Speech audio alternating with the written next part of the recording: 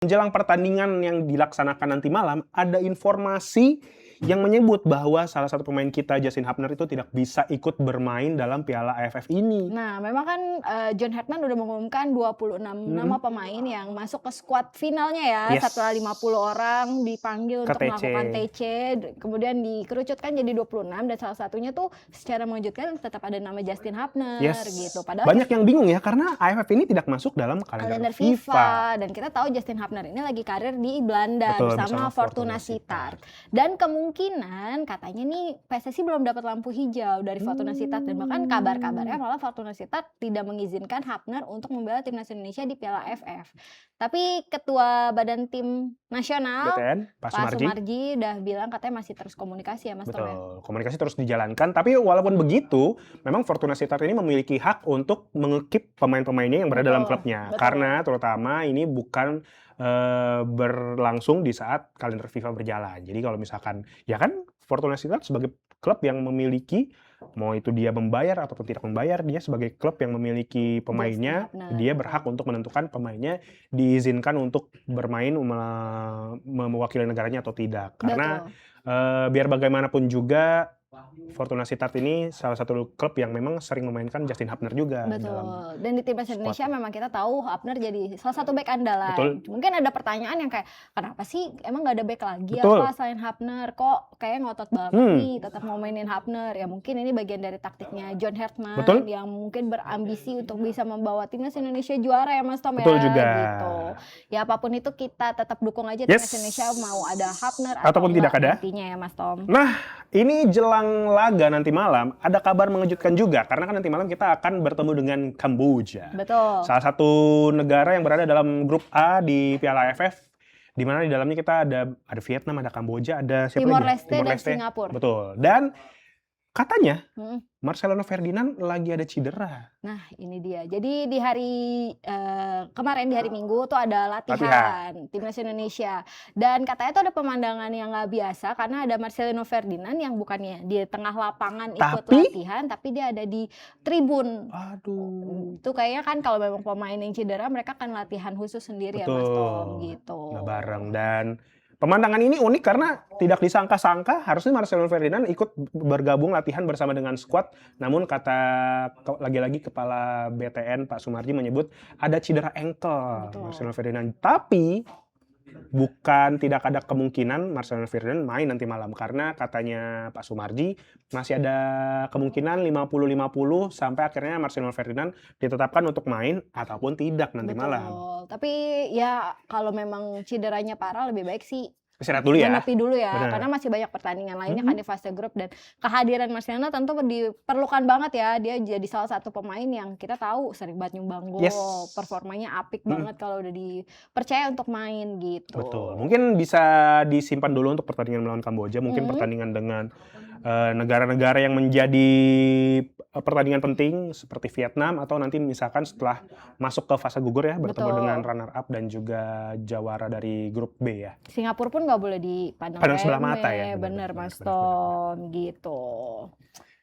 Semoga ini nanti apapun keputusan dari PSSI dan juga tim dari John Hartman ini menjadi keputusan terbaik ya. Apakah Marcelo Ferdinand nanti malam akan dimainkan atau tidak? Kalaupun main berarti bisa jadi hasil evaluasi selama beberapa jam belakangan melihat bahwa kondisi fisik dari Marcelo Ferdinand sudah membaik, ataupun ketika dilihat kayaknya masih belum bagus deh untuk dimainkan Marcelo Ferdinand. Jadi mungkin bisa ditahan dulu. Betul.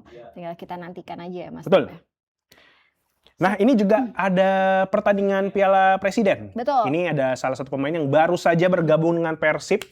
Ada Balsa Sekulik ya. Betul. Kita tahu Persib di Piala Presiden kemarin di laga pembuka melawan Arema berhasil menang 1-0. Betul. Dan ini pertandingan di Stadion Sijalak Harupat ini membuat permainan yang tadinya dipikir wah ini laga perdana Igor Tolic kan memegang Persib, dan dimana juga ada pemain-pemain baru yang dimainkan juga oleh Igor Tolic. Salah satunya ada Balsa Sekulik yang share nih pertandingan kemarin memenangkan 1-0 lawan Arema. Dia merasa diterima oleh Boboto. Dan yang mengagetkannya lagi dia mendapat dukungan dari warga negara Montenegro juga. Yang hadir langsung ya di Stadion Sijalak Harupat, dan ini membuat menambah motivasi lebih dari Bangsa Sekulik untuk membela Persib di laga-laga berikutnya gitu. Walaupun pertandingan kemarin Bangsa Sekulik masih belum bisa memberikan gol ya kepada Persib, tapi itu menjadi salah satu dukungan, salah satu kesempatan yang dia dapatkan sehingga membuat percaya dirinya semakin kuat lagi untuk membela Persib dalam pertandingan-pertandingan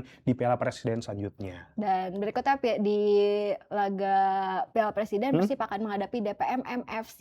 Nah, ini dia dari Brunei ya. Brunei, tapi berlaga di Liga Malaysia gitu. Tanggal 28 kalau nggak salah besok pertandingannya. Kita nantikan apakah skuad baru dari Persib ini di bawah pimpinan Igor Tolić mampu semakin menguatkan taring Sang Maung Bandung, atau mungkin masih perlu penyesuaian sehingga nantinya semakin siap untuk di laga Super League ya. Betul. Kemarin juga di Piala Presiden ada pertandingan antara tim yang baru saja kalau kemarin tadi kan kita sempat ngomongin Persib yang baru dipegang sama Igor Tolić. Ini juga tim yang baru saja dipegang sama Coach Sintayong. Ya, ada Persija Jakarta yang menghadapi Persebaya Surabaya semalam, dan debutnya Coach Sintayong bersama Persija ini harus berakhir dengan pahit ya. Karena Persija kalah 0-1 dari Persebaya. Tapi kalahnya Persija ini bukan karena lesakan bola yang dimasukkan oleh pemain Persebaya.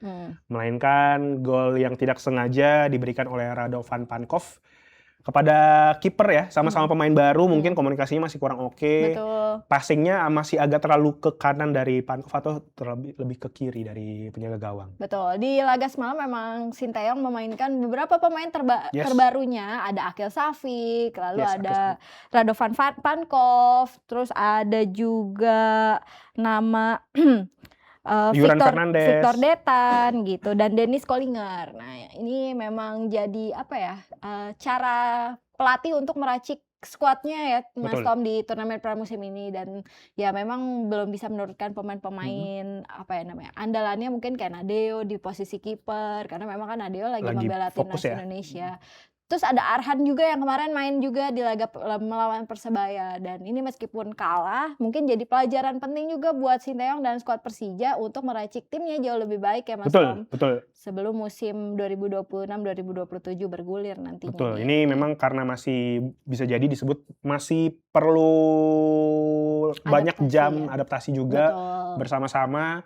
Karena memang ada beberapa pemain Persija yang juga baru bergabung di last minute kan. Walaupun nama-nama yang tadi kita sebutkan ini bukan nama-nama yang baru bergabung di last minute, tapi memang waktu yang pertama kali didapatkan dari skuad baru ini untuk berlatih bersama sampai akhirnya bertemu di Piala Presiden ini waktunya nggak cukup panjang juga.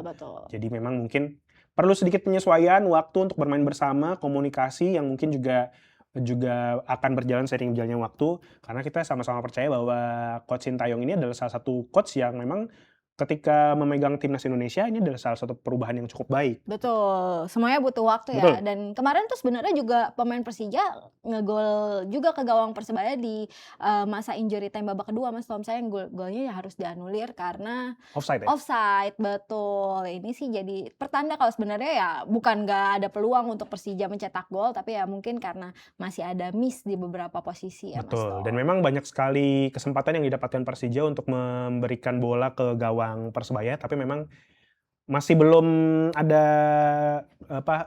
Dewi Fortuna masih belum berpihak kepada Persija. Betul. Ya mungkin lebih baik kalah di pramusim daripada nanti kalahnya pas musim benerannya bergulir gitu. Tapi masih ada kesempatan untuk para klub-klub ini untuk bermain, masih ada banyak pertandingan. Kita nantikan apakah nantinya entah Persija, Persib, Persebaya ataupun tim-tim lainnya yang memenangkan Piala Presiden, karena memang juga nggak bisa dipungkiri pemain-pemain utama dari Persija sekarang sedang bersama dengan timnas Indonesia ya di Piala AFF. Di antara ada Donitri Pamungkas, Rizky Ridho, lalu Nadeo yang baru direkrut, dan masih banyak lainnya gitu. Gak sempet baca? Dengerin aja, klik icon text to speech di okezone.com.